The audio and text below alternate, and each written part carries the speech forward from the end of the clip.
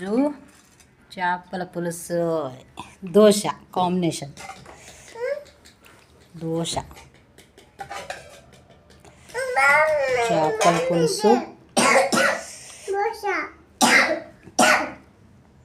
Combination dosa super అండి. Taste అదిరిపోయింది. ఎప్పుడు చట్నీతోనే తినకంటే అలా చికెన్ మీద, చేపల పులుసు, మటన్ కర్రీ మీద తింటే చాలా బాగుంటుంది. నేను మాట్లాడుతుంటే మా చిన్నోడు హూ హూ అంటుండు. చూడండి, చేపల పులుసు పుల్ల పుల్లగా, దోశ కాంబినేషన్.